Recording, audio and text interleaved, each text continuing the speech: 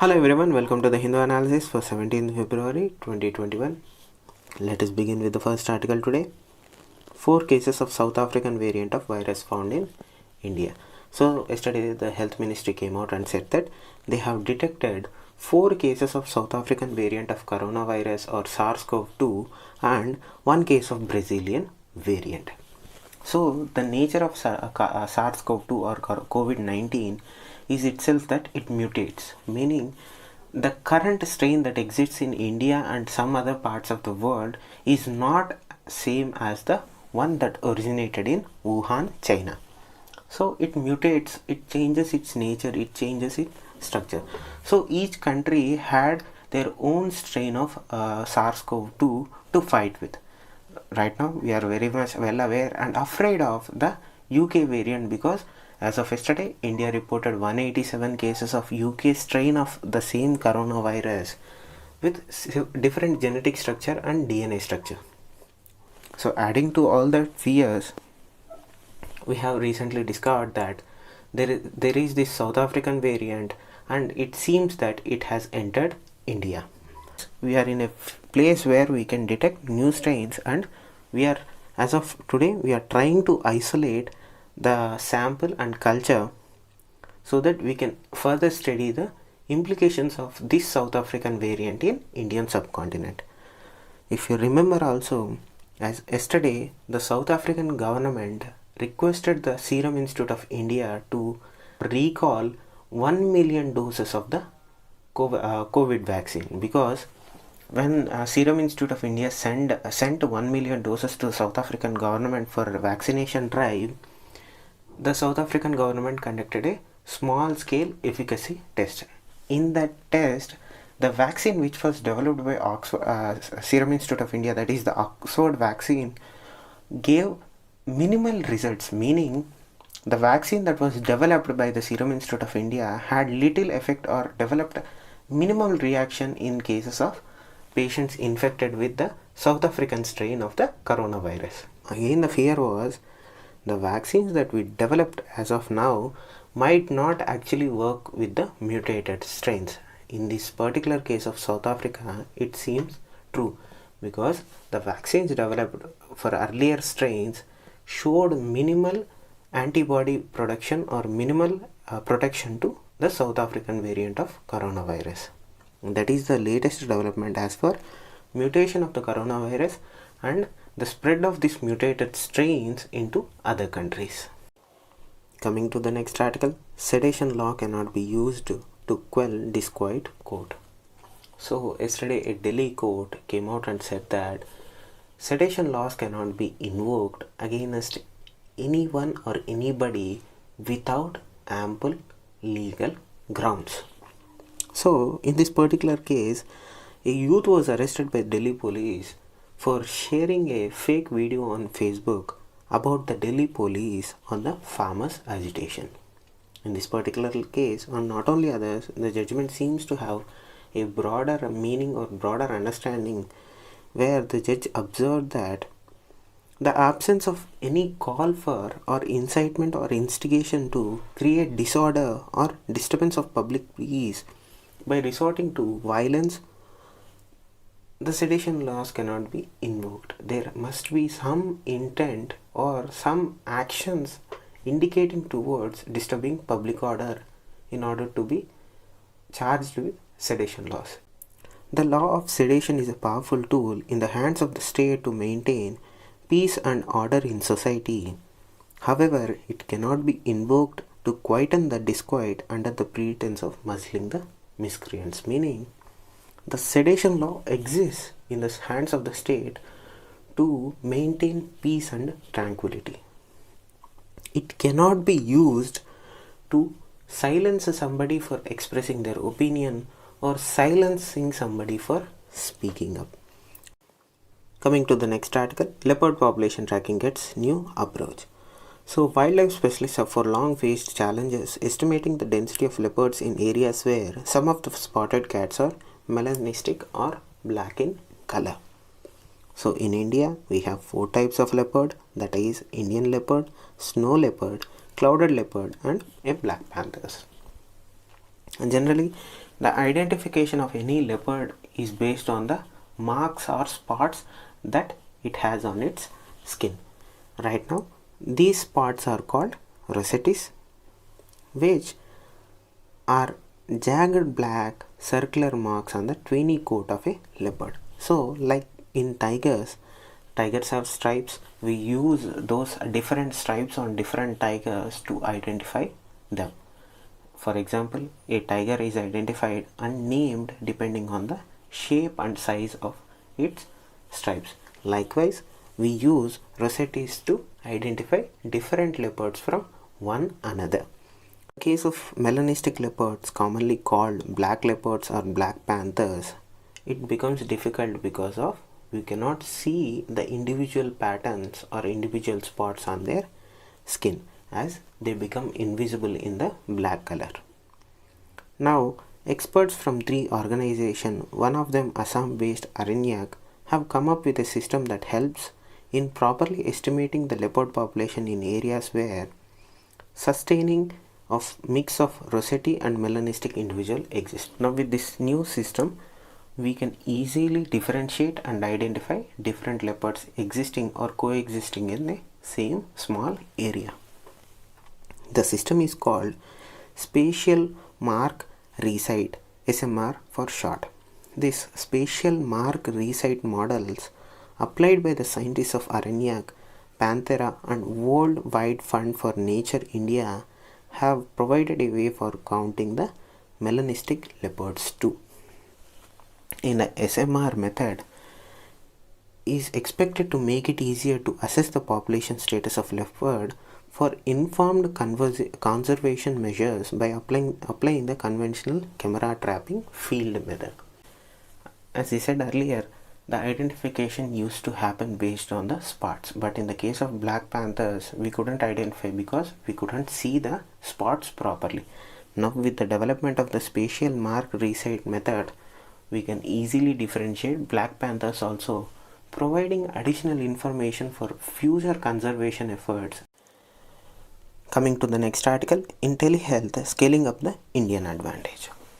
So, in the novel coronavirus pandemic, healthcare providers have been reassigned from other specialities to COVID-19 duties. This led to restriction of high quality care for other conditions. Simultaneously, lockdowns and fear of transmission have dampened demand for non-emergency care. We are well aware that in the previous classes we discussed about high home death rate percentage in Kerala. One of the reasons attributed for the increase in percentage of home deaths in Kerala was due to non-receival of medical care for other conditions other than COVID-19.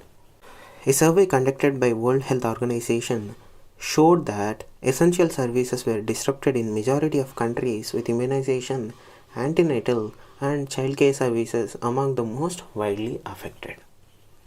And in India particularly, detection of tuberculosis cases was down by 50% in April-December of 2020 relative to the same period in 2019, and antenatal care visits were down by 56% in the first half of 2020. Due to the redeployment of medical resources and medical personnel to COVID-19 activities, the jobs that they used to do earlier took a hit, particularly in the case of immunization and childcare services. And additionally, cancer care has been badly affected in many countries, as well as diagnosis and treatment of other non-communicable diseases. Due to coronavirus pandemic, it had a major impact on people suffering with other conditions or other serious medical conditions other than coronavirus. That is well established. Further, the pandemic has increased inequalities in the society. How? People living in rural and remote areas were further disadvantaged by not being able to travel to cities to seek specialist care.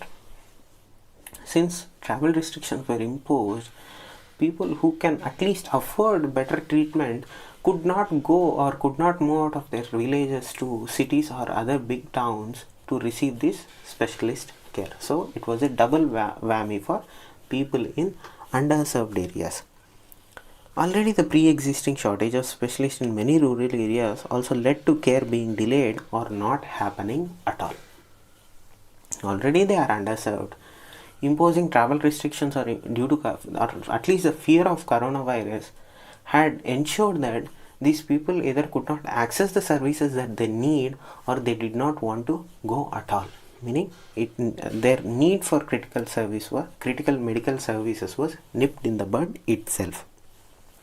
Now, the solution comes in the form of shared medical appointments through telehealth or telemedicine.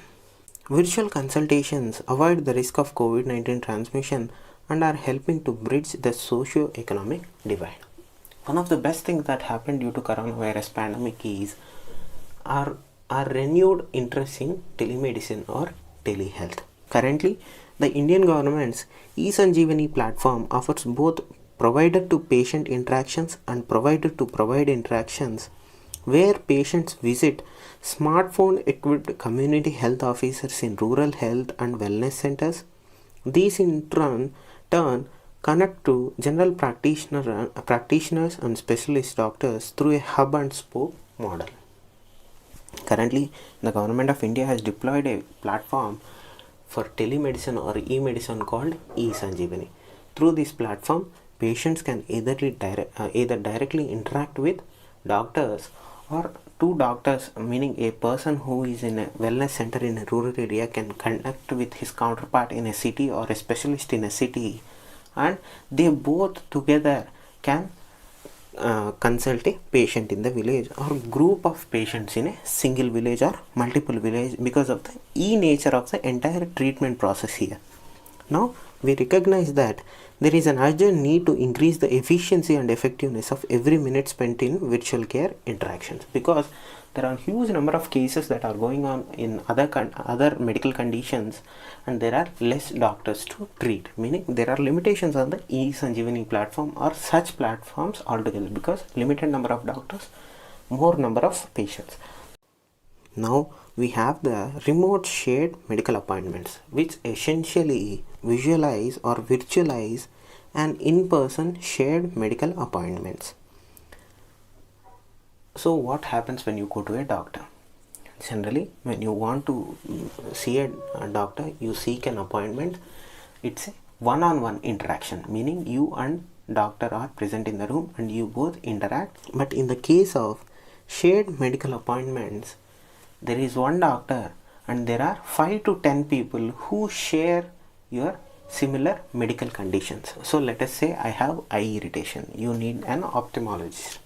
So in a shared medical appointment, there is one ophthalmologist and at a time he is interacting with 10 to 15 patients who suffer from eye irritation, meaning one specialist and 15 to 10 people who share a same medical condition. That is called shared medical appointment. This shared medical appointment concept is not new. This has been successfully deployed or implemented in United States for the past 20 years, and they found a lot of success in shared medical appointments. Now the idea is to take this physical shared medical appointments concept to remote shared medical appointments. So in this case, the suggestion is that you use the eSanjeevani platform to connect one doctor with 10 other patients in 10 different villages or cities who suffer from the same medical problem. This will ensure that the doctor spends more time with everybody and he treats more people in the same or given time. Right now, as we have more people to treat and less specialists. As I said, SMAs enable peer support and peer-to-peer learning, and providers who have offered SMAs have found them to improve both productivity and outcomes for many conditions, notably diabetes, that is sugar. SMAs could help tackle India's widespread diabetes problem. eSanjeevani and other telehealth platforms could consider offering virtual shared medical appointments. Right now, we are not offering virtual shared medical appointments. It is merely a suggestion which will improve our telemedicine or telehealth capabilities to new heights. For example, patients in different villages with similar conditions can be seen at once remotely by a generalist or a specialist during the pandemic. And engaging in real time with a care provider in an interactive format will likely encourage safe behaviors to greater extent than if the same information is provided without interactions. The unique health capacity or telehealth capacity crisis which COVID-19 has created is drawing interest to virtual SMAs. Right now, India does not use virtual SMAs, but it would be in its best interest to adopt SMA or virtual SMA methodologies. For example, relative to other nations, India is well poised to ramp up telehealth because data plans are cheaper in India than any other place in the world. And we have the capacity and the infrastructure to implement virtual SMAs in India. Having a group interaction with a care provided on an appropriately secure platform is certainly conceivable. We have already all the infrastructure, all we need is to upgrade it. Health for all will become a reality if such initiatives are implemented correctly and deployed in large scale. This will truly turn India into a top healthcare provider to its masses without any additional expenditure or burden on the exchequer. Coming to the next article, Oxford jab gets WHO green light. So, the World Health Organization has come out with a concept called COVAX, where COVAX is an association or an organization which talks about equitable distribution of coronavirus pandemic. We all know that currently every rich country in the world is hoarding vaccines for their own use. They are forgetting about poorer nations or underdeveloped nations. These rich countries are skewing the market on vaccine because they can afford more vaccines, so they are buying up more and more vaccines despite not needing them in such hurry, forcing the prices of the vaccine to go up, and the poorer nations who cannot afford such high prices are going vaccineless. So the WHO started this initiative called COVAX, and they came up with facilities and partners around the world to ensure equitable distribution of vaccines.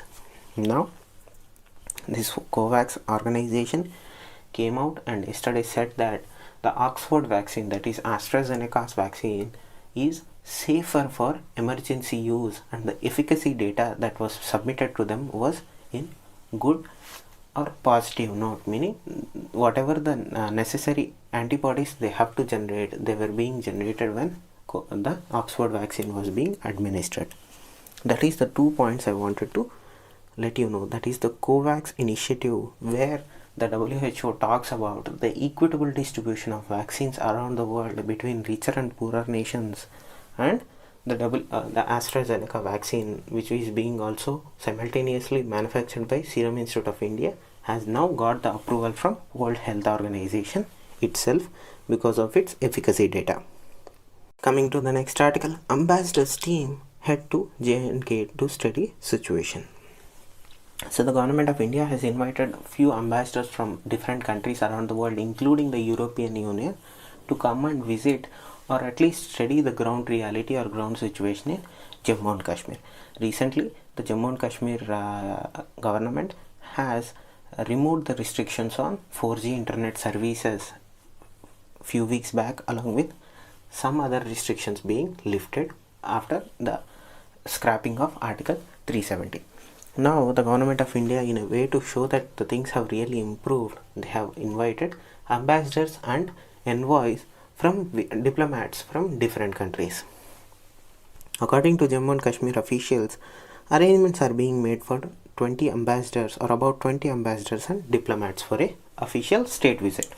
Ambassadors or envoys from other regions such as Bangladesh, Chile, Brazil, and Ghana were also invited.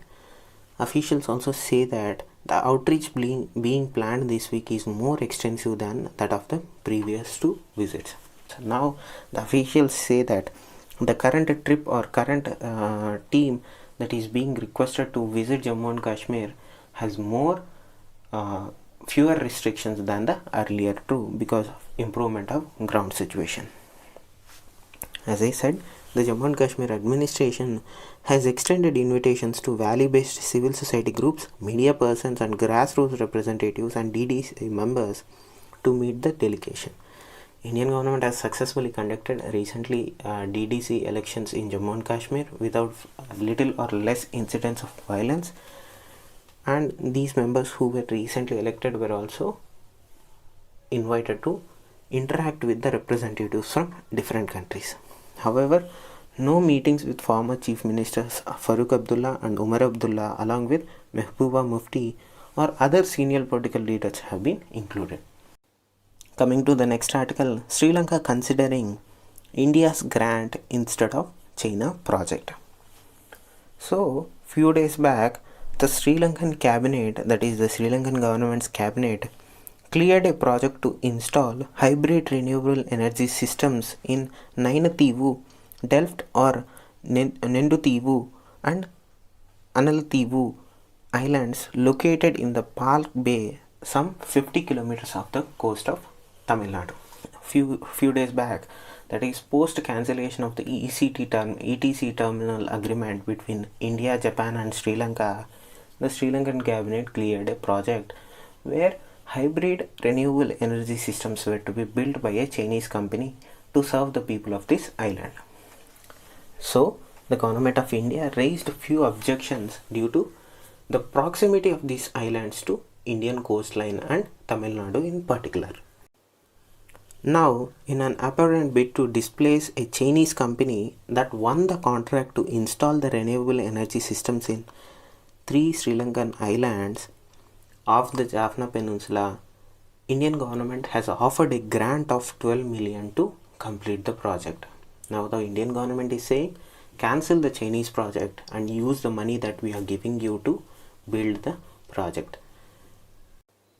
It can be said that the Indian government has realized the security implications of a Chinese company building infrastructure projects on islands with close proximity to Tamil Nadu and Indian coastline. So instead of forcing Sri Lanka to cancel the order altogether, the Indian government came out and said that we will give you the grant. Instead of using the Chinese money or Chinese company in this project, use our money which you don't have to repay. So the government of Sri Lanka has come out and said that we'll duly consider India's offer and we will let the Indian government know. Along with it, a group of Northern Tamil political parties have voiced opposition to Chinese involvement in the project, citing security threats to Tamil people and India. Coming to the next article, NBFC's stressed assets may rise to 1.5 to 1.8 lakh crore by March end. So NBFCs are non-banking financial corporations. So an agency, that is the CRISIL's rating agency, came out with a report stating that the NBFC's stressed assets, meaning assets which are non-performing in nature, may impose an increased stress of around 1.5 to 1.8 lakh crore by March end of this year. So this is likely to increase the percentage of stress assets from 3.2 to 4% to 6 to 7.5% by the end of this fiscal year. Now there is a silver lining to this, where the one-time COVID-19 restructuring window and the micro, small and medium enterprises restructuring scheme of Reserve Bank of India will limit the reported gross non-performing assets. So when the pandemic hit and post-pandemic, RBI came out with two schemes.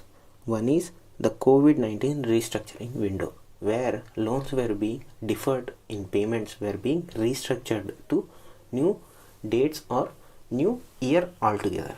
Along with it, the micro, small and medium enterprises restructuring scheme, where the MSMEC's loans which they took pre-pandemic were deferred or restructured to be paid in later dates, improved the chances of NBFCs to survive and reduce the stress on the assets of NBFCs and reduced their GNPS, meaning gross non-performing assets, because of these two steps taken by the RBI.